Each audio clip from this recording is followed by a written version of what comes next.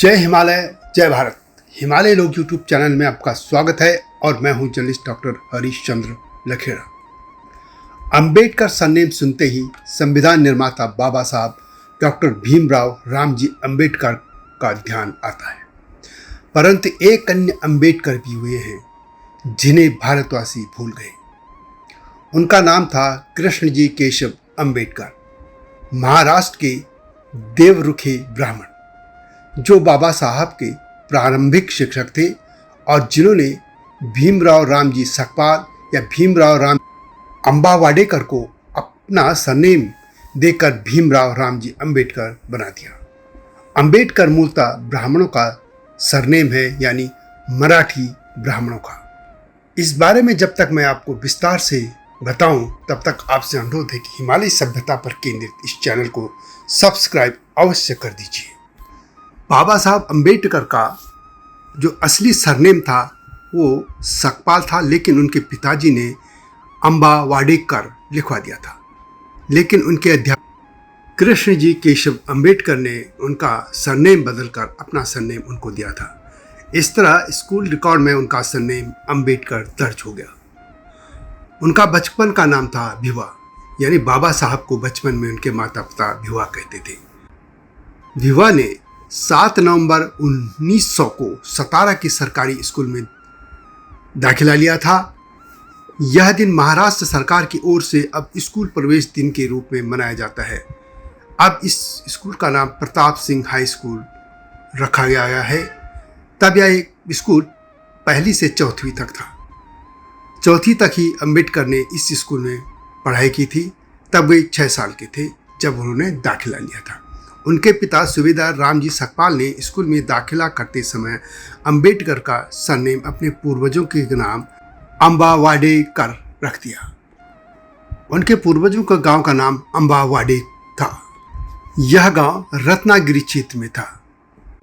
इसी स्कूल में टीचर थे, अध्यापक थे कृष्णाजी केशव अंबेडकर। शिक्षा के प्रति बाबा साहब की लगन को देखते हुए उन्होंने अपना सरनेम अंबेडकर उनको दे दिया था।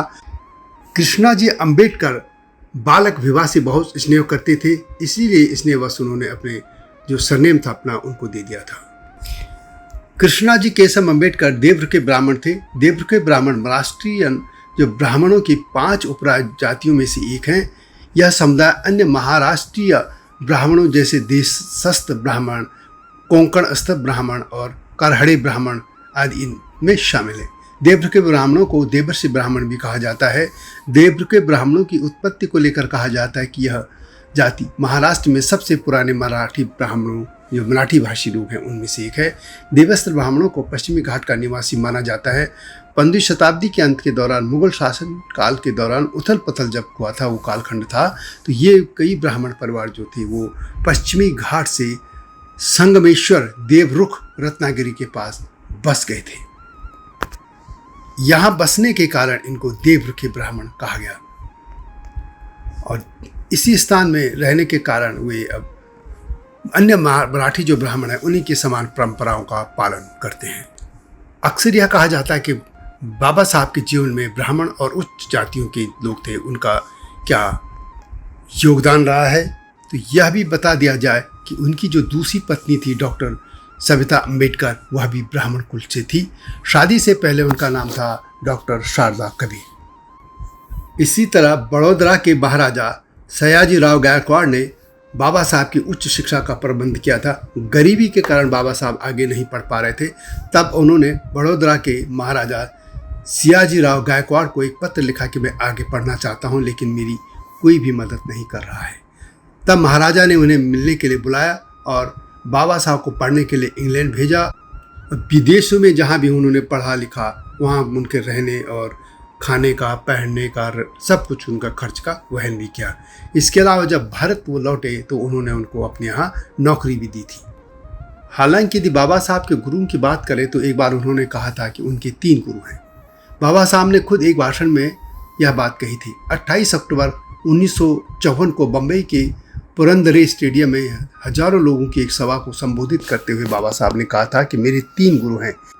उन्होंने कहा था कि मेरे पहले आदर्श हैं भगवान बुद्ध, दूसरे गुरु हैं कबीर और तीसरे हैं ज्योतिबा फुले।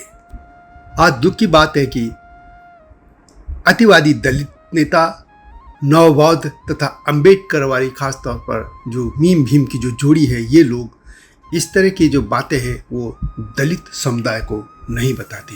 वे यह भी नहीं बताते कि महात्मा गांधी जैसे नेताओं ने दलित उत्थान के लिए क्या कुछ किया था।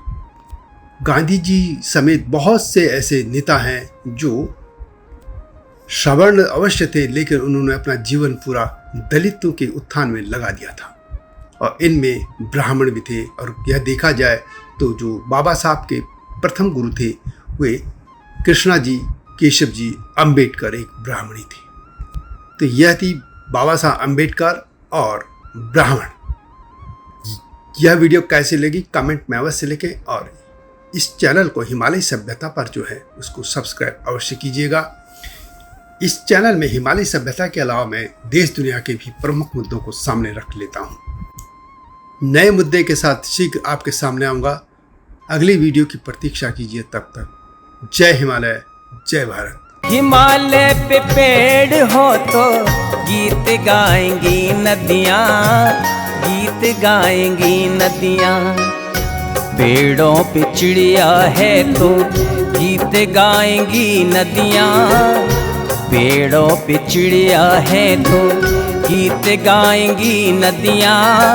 माँ की लोरी जैसे होते हैं नदियों के गीत।